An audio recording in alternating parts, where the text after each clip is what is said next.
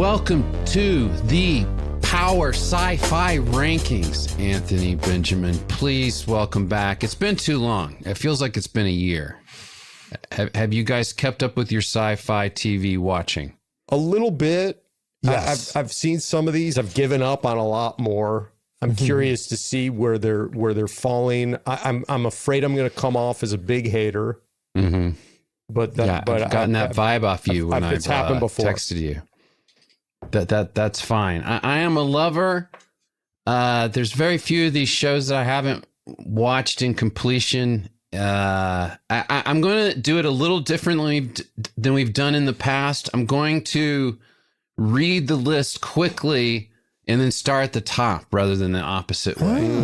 Okay. Smart. Okay. So, and I also will not die on the hill of this list. I got to say, like, I can be easily convinced to change things around, and that's why you guys are here. So number 1, I have Pluribus. Number 2, The Foundation. Number 3, Fallout. 4, Silo. 5, Alien Earth. 6, Dark Matter. 7, Three Body Problem. At 8, Dune Prophecy. At 9, Peacemaker. At 10, Murderbot. 11, Severance. 12, Wonder Man. 13, Starfleet Academy. 14, Daredevil Born Again. 15, Paradise. 16, The Boys. 17, Gen V. 18, Upload. 19, Walking Dead, Daryl Dixon. 20, Stranger Things. 21, Black Mirror. Star Trek, Strange New Worlds. The Last of Us, For All Mankind, Monarch, Legacy of Monsters. So I'm trying to keep on sci-fi shows that are still alive. They're still making seasons. I think the only one that's done of this list might be Upload.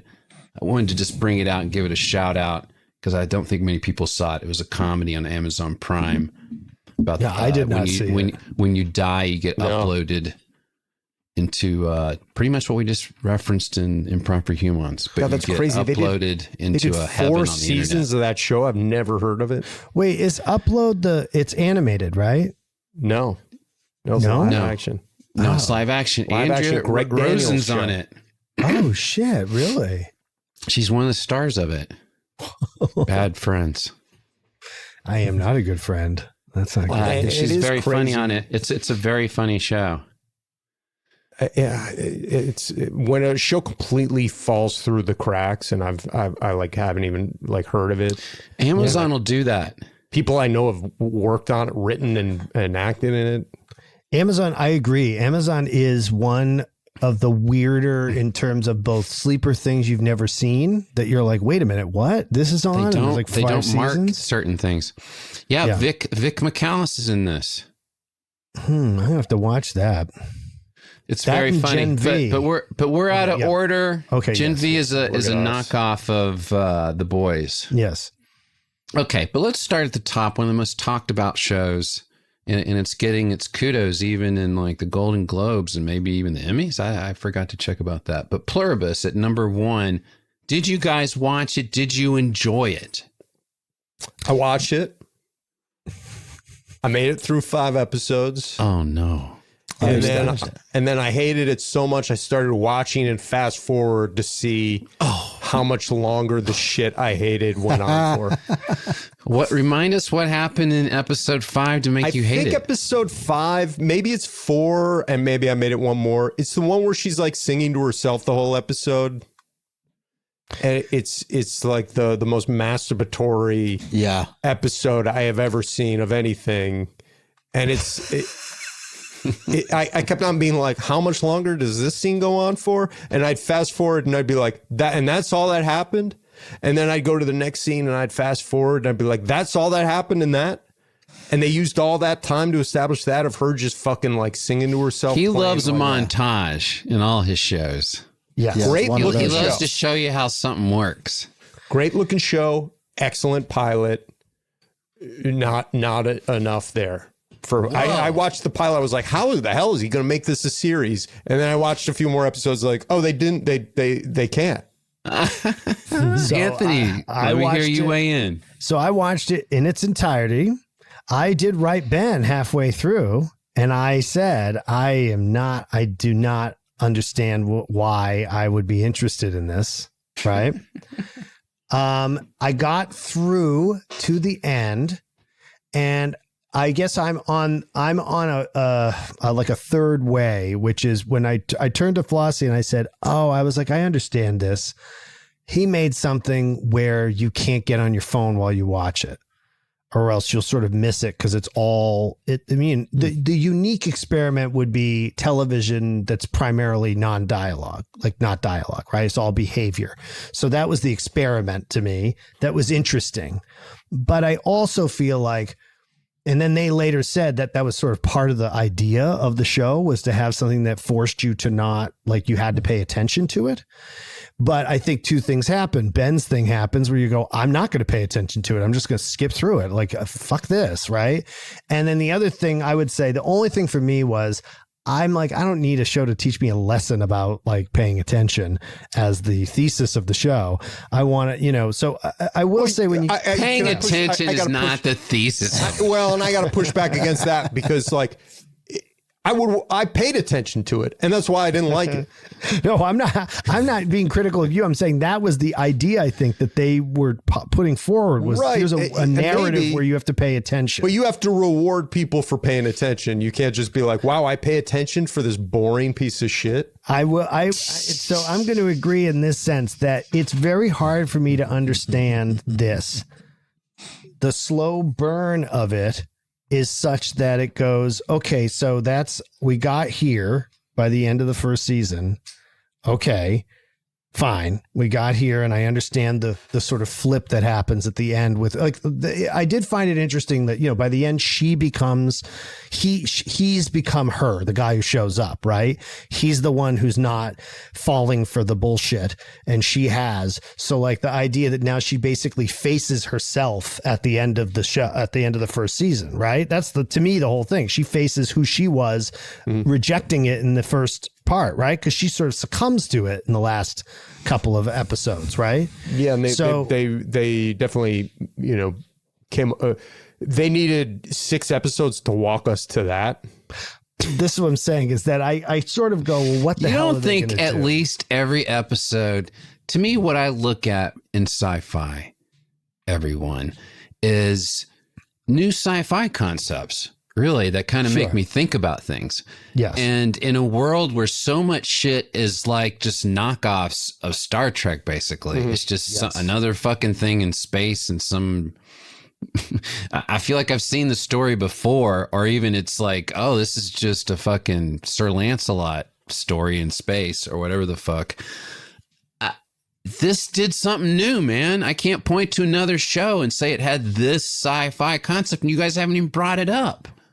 Well, I mean, the real thesis is AI, and everyone's thinking the same. And I mean, it's a cool way to have an enemy that they're aliens, but they're us. I mean, there's a lot of cool stuff going on. You're not going to talk about like pod people, Invasion of the Body Snatchers. To me, yeah, it is that, but it's a smarter one in a way. It's like it's doing more than those did. It's funny you brought up Star Trek, because I think this should be one episode of Star Trek where they visit this planet where this happened, and then after 50 minutes or whatever, they get the fuck out of there and we never have to see it again.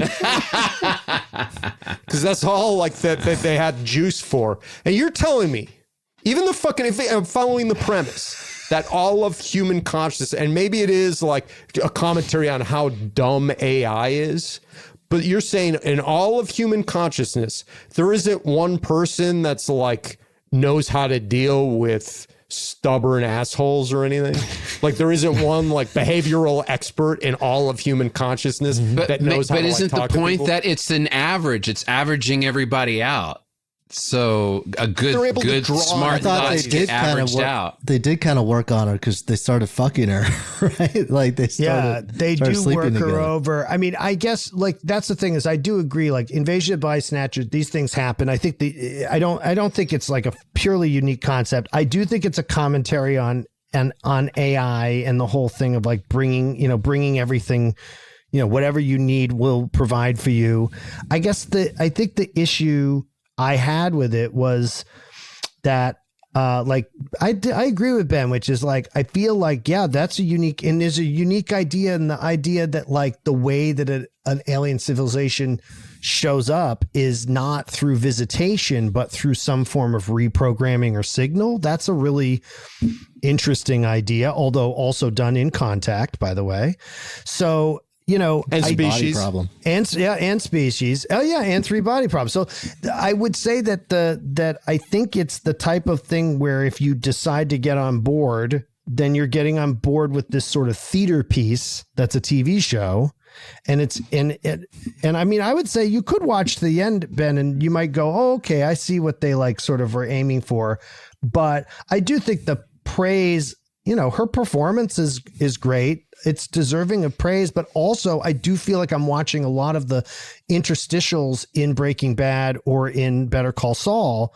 Like, those things were really great in those shows because they were periods where action was broken so that you saw sort of forwarding. But if that's the only thing, it does become a little monotonous.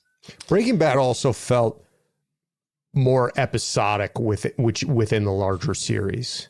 I can point to actual episodes of Breaking Bad where I can tell you what the beginning, middle, and the end of the episode was. Maybe that's it, that I don't care about that. And often Star Trek, like a show, didn't need to have some overarching story. I wasn't episodically, and we're just in this what if. Right. This what if universe. And I'm fun in games with the what if of, let's spin a whole episode inside Trader Joe's, which they did basically. I'm like, that's fun, man. That's fun to imagine. What would I do if I could be at Trader Joe's by myself? I'm entertained by that. Even if there's no story in that whole episode, I'm entertained by that. If the sell on a show is like, make it to episode 10 and you'll get into it. It's hard. I'll say when we get to number 6, to me, number 6. Okay, let's move on, and I will skip. Okay, number 6, I have Dark Matter. I fucking loved Dark Matter. And I did too. I wish it would come, like a season 2 would come out like now. I don't think it's even coming out this year from what I've read. That, to me, that's a show that they don't make. Like, it's such you can miss the mark so easily with that concept of parallel realities. Mm-hmm. And they did such a fantastic job of giving you tastes of parallel realities without it being absurd. Like, it's like, there's a whole like Nazi planet, or, like, it's like just sort of more just these subtle variations. And let me go to Peacemaker real quick on that. I don't know if you guys have seen the last season. I enjoyed it. Tim Meadows is in it, and fucking his character is goddamn hilarious, humans. His episode where he's introduced, his character is fucking hilarious. But they do a multiverse, and I'm getting a little sick of the multiverses, and it turned me off to the season in general, which I otherwise liked. I'm like, really, guys? Don't you see too much multiverse out there? It's a shame because that's but Dark Matter does it good. Dark Matter does it good. It should have been left alone for just like superhero stuff. Like, that's a classic. I think X-Men did it most famously, but DC was like they created the multiverse. Yeah. Where it was like, okay, like it's a real comic book trope. I haven't seen Dark Matter. You guys praising it makes me want to watch it. I think I read the book or started it and kind of like put it down for too long. And it's based on that book, Dark Matter, that came out like 20 years ago or something like that, probably. Yes, it's based on that book. And I think it's a very well-researched piece of sci-fi, because I think that the intersection between conscious experience and the quantum state required to sort of shift spaces, they do a very good job of the idea of it. A lot of this is representational. I hate it when they make it physical, because it's stupid. The minute they're like, you walk through a physical door, or like where they don't give the part where they say a lot of this has to be perceptive, because there is no multiverse without quantum fluctuation, and therefore there is no form of moving through multiverses as a physical being. You can only move through it through your consciousness. You don't there's just well, no way. Doors in both dark matter and well, yeah, and but Peacemaker. there's you don't like a visual doors. representation of a psychological concept. You don't like the at least dark bookshelf matter in Interstellar. Oh, I love the little bookshelf when it pushes the book. I used to do a whole Trump thing about that. I used to do a Trump version of that where it was him spying on Ivanka and he put his dick through the bookshelf. So let me ask you this. I agree. I love dark matter. So I have before dark matter, and I won't even stick to this, but I did enjoy Alien Earth. I did enjoy making Alien into a TV show. I liked how they did that. Silo's one of my favorite shows. It is coming back this year. Fallout, I just completed. It's fucking fun, man. It's one of the most fun. Daly's great. Daly's fantastic. Daly is doing a really good job, and I am impressed with not just what he's doing, but how they're using what he gives them. Like clearly they're having fun using the weird shit Daly's doing just to spice up the scenes. Like you'll see them like cut to him just making weird faces and stuff, with which I enjoy.